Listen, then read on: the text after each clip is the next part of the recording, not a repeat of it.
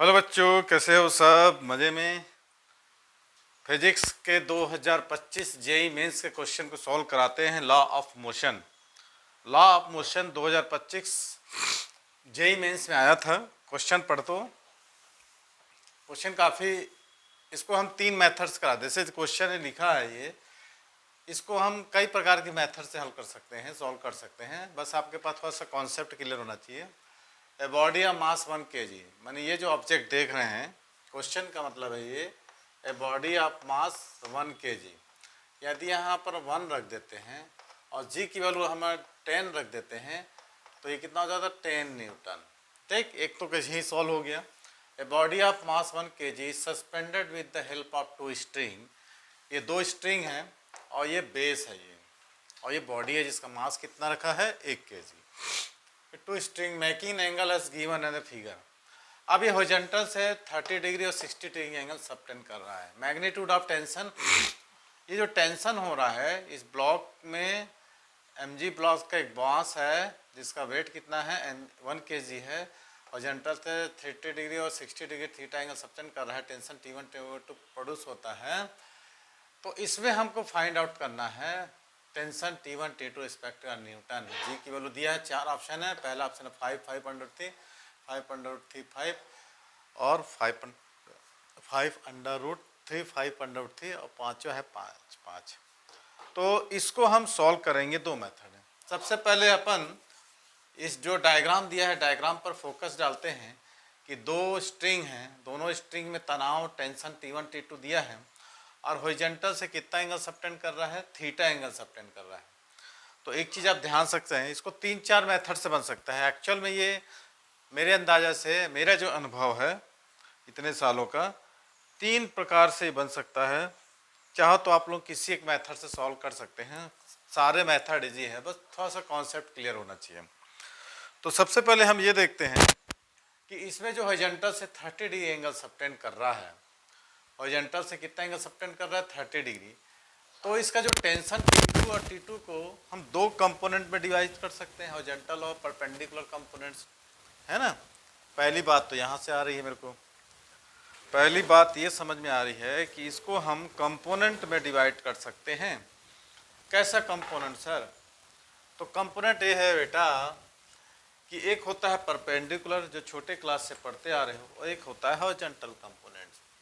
ठीक है, तो इसको थोड़ा सा और एक्सप्रेस कर सकते हैं हम। अब मान लीजिए इसको थोड़ा सा आगे बढ़ाते हैं, इसी में हम एक्सप्लेन कर देते हैं। ये एंगल दिया है 30 डिग्री, तो जाहिर है ये भी एंगल 30 डिग्री होगा। अब मत पूछना कि कैसे, इसको हम कौन सा एंगल बोलते हैं, इसको हम कौन सा एंगल, वर्टिकली अपोजिट, गुड, और अल्टरनेट एंगल। ठीक है भाई, यहाँ तक क्लियर हुआ।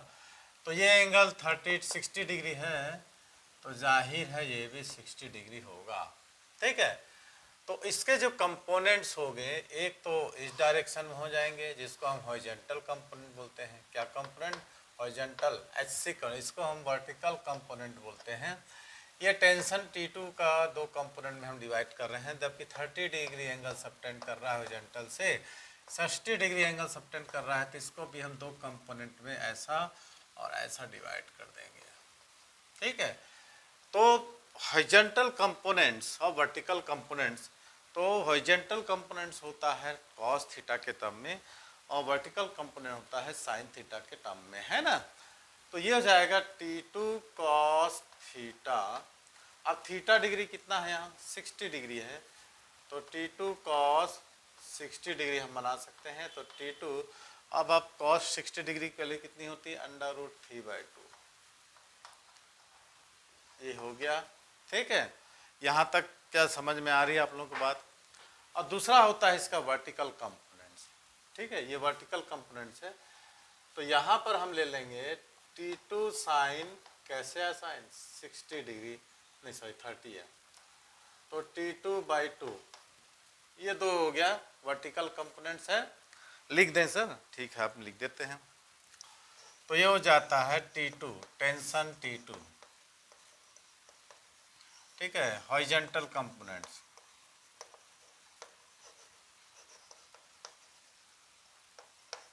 कितना हो जाएगा? T2 cos थीटा और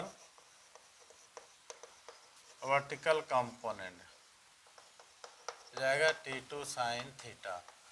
अब दोनों में थीटा इक्वल टू कितना है 60 डिग्री, तो ये हो जाएगा T2/2, ठीक है। HC है वर्टिकल कंपोनेंट और VC हो जाएगा कितना अंडर, अरे 30 डिग्री था ना, सॉरी हॉरिजॉन्टल इधर 60 डिग्री था ना,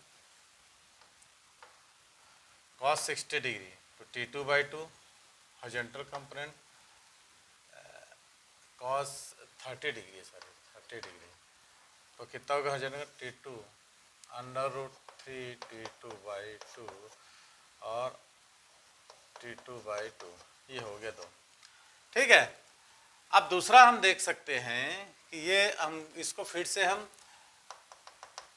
साइन एंगल सबटेंड करा कितना 30 डिग्री, तो ये हो जाएगा कितना T1 cos 60 डिग्री, तो T1/2, ठीक है। अब तीसरा हो जाएगा टेंशन ये T2 और ये टेंशन T1, तो इसमें वर्टिकली कंपोनेंट क्या हो जाएगा, ये वर्टिकली कंपोनेंट तो हो जाएगा T1 sin 60 डिग्री, तो √3 T1/2, हॉरिजॉन्टल कंपोनेंट्स हो जाएगा T1 cos 60 डिग्री, तो हो जाएगा T1/2। ऐसा कुछ निकल के आ गया, हमारा दो कंपोनेंट में हम डिवाइड कर दिए, ठीक है। अब भाई मेरे ख्याल से ये अपन वर्टिकल और हॉरिजॉन्टल कंपोनेंट में डिवाइड कर दिए, क्योंकि एंगल 30 और 60 डिग्री से बेस से कंपोनेंट। अब इसका वेट कितना है, mg है, m दिया है कितना, मास 1 kg दिया है, यहाँ पर g की वैल्यू 9 दिया नहीं है, बट अप्रोक्सीमेट 10 ही होना चाहिए जैसा क्वेश्चन है इसमें, तो इसमें वेट आ गया कितना mg है। अब एक चीज़ देख लिए, वर्टिकली कंपोनेंट किसको कंपोनेंट बेस करेगा, वर्टिकली कंपोनेंट क्या बैलेंस करेगा। अब यहाँ पर दो कंपोनेंट आए हैं हमको, एक आया है कितना है ना T1 cos 60 डिग्री और ये हो जाएगा T1 sin 60 डिग्री, तो ये हो जाएगा T1 √3/2, ये दोनों हमको ऐड हो जाएंगे, तो नेट वर्टिकली कंपोनेंट कितना हो जाएगा हमारे पास T1 √3/2 प्लस T2/2, तो नेट वर्टिकली कंपोनेंट कितना हो जाएगा हमारे पास √3 T1 प्लस T2/4। अच्छा एक चीज़ है कि वर्टिकली कंपोनेंट जो है वो किसको बैलेंस करेगा, उसके भार को। Total vertically component from angle subtended 30 degree and 60 degree is the balance of the weight of object is 10 Newton, is 10 Newton. तो क्या मैं इसको बैलेंस कर दूं, यहाँ तक समझ में आ रही बात। तो ये हो जाएगा कितना √3 T1 plus T2/4 is equal to 10 newton, ठीक है। यहाँ तक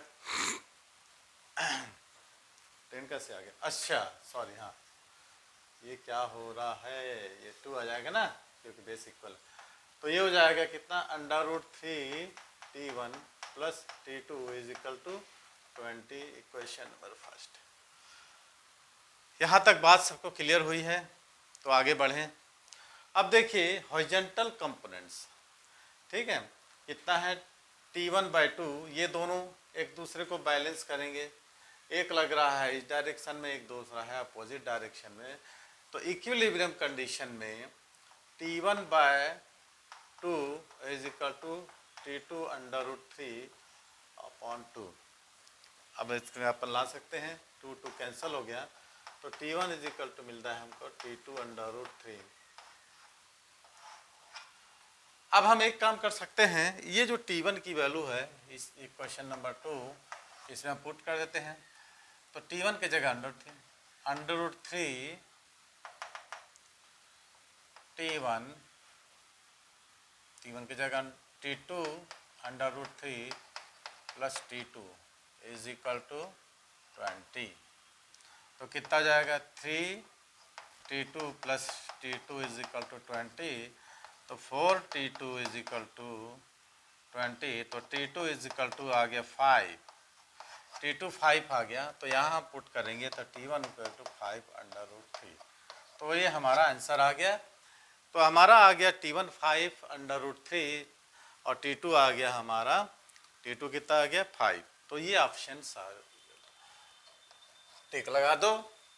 चलो कॉपी करो यहाँ तक। अच्छा दूसरा सर भी, दूसरा मेथड भी, दूसरा मेथड इसमें हमने क्या किया है, कंपोनेंट डिवाइड किया है इसका टेंशन T1 और T2 के टर्म में। अब इसको हम ऐसा कर सकते हैं दूसरा मेथड में, ये भी बता देते हैं आपको। इसको जो भार है इसका, जिसका वेट ऑफ ऑब्जेक्ट है, उसको हम दो कंपोनेंट में डिवाइड करके निकाल सकते हैं। और तीसरा है लामिस थ्योरम। लामिस थ्योरम आपने पढ़ा होगा, लामिस थ्योरम भी यहाँ अप्लाइड हो जाएगा। देखिए बेसिक कॉन्सेप्ट क्लियर रहेगा तो आप आगे बढ़ते जाएंगे, नहीं तो हम कैसे आया क्यों आया इसी में उलझते रह जाएंगे तो टाइम बहुत वेस्ट हो जाएगा। तो जो रेगुलर कोर्स चलती है तब उसमें आप लोग थोड़ा सा सब क्वेश्चंस को पूछा करिए, बाकी तो ये दूसरा देख लिए।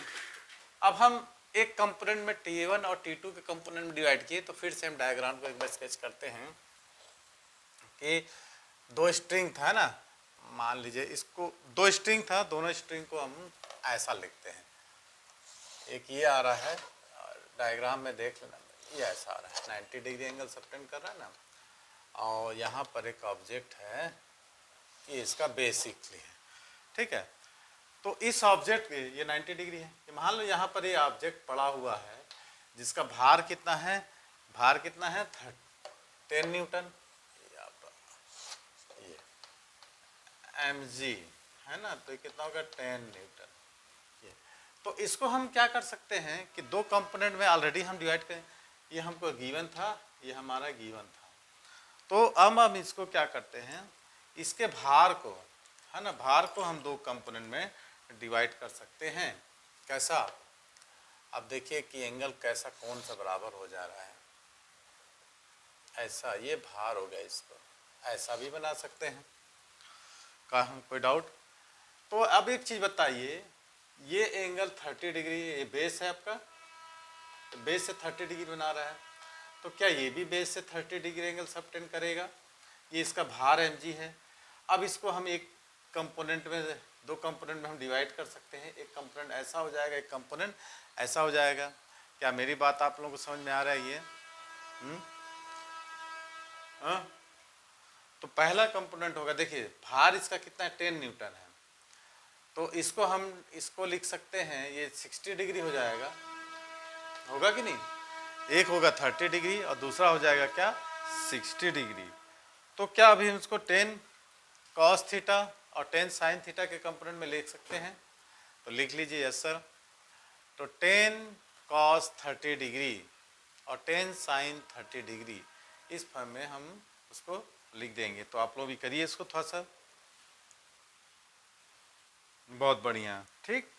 तो ये हो जाएगा इसका वेट 10 इंटू कितना हो जाएगा cos 30 डिग्री 60 डिग्री सॉरी, तो कितना हो जाएगा 10 इंटू 1/2, ये हो जाएगा 5 टेंशन T1, ये हो जाएगा टेंशन T1, दूसरा हो जाएगा टेंशन T2 जो हो जाएगा 10 और साइन हो जाएगा, कौन कहा, ठीक, साइन कितना हो जाएगा, अरे कॉस ही हो जाएगा ना, cos 30 डिग्री, तो T2 इक्वल टू कितना 10 इंटू √3/2, तो T2 इक्वल टू 5/3। T2 आ गया हमारा कौन सा,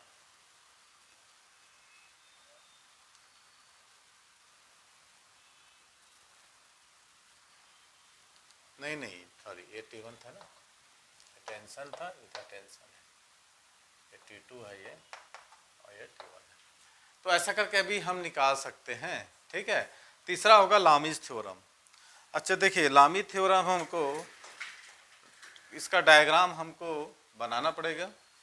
लामिस थ्योरम कैसे बनाएंगे, मान लो देखिए दोनों जो स्ट्रिंग है, ये तो बेस था हमारा, आप लोग बना लेना, ये दोनों स्ट्रिंग है, एक स्ट्रिंग ऐसा है, एक स्ट्रिंग ऐसा है, इनके बीच का एंगल कितना है 90 डिग्री। इसको हम T1 बोल रहे थे, इसको हम T2 बोल रहे थे ना, T2, और उनके बीच का एंगल था कितना 90 डिग्री। तो एक ऐसा भी हम ले सकते हैं। तब आपको क्या करना पड़ेगा, थोड़ा सा डायग्राम बना देना,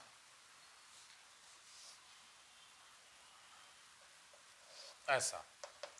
अब सारे के बीच एंगल कैलकुलेट कर लीजिए, सारे के बीच एंगल कैलकुलेट कर लीजिए। ये हमारा कितना है 90 डिग्री, इसको हमने ऐसा बेस लगाया था, और यहाँ पर कितना दिया था हमारा पास 60 डिग्री था 90। तो ये हमारा कितना हो जाएगा टोटल 150 हो जाएगा ये, और ये कितना हो जाएगा 120, 30 और है ना, 30 और 90 और 60 और 90, तो हो जाएगा 180 डिग्री। तो एंगल हमको निकालने के बाद ये T1 है और ये T2 है, और तीसरा क्या था हमारा, ये बेस था समझ लो, ये तो हमारा बेस ही था, सॉरी ये तो हमारा बेस था ना, इसको हम ऐसे लिख सकते हैं, mg बेस था, हाइट कितना था 10, ये था हमारा 10 न्यूटन।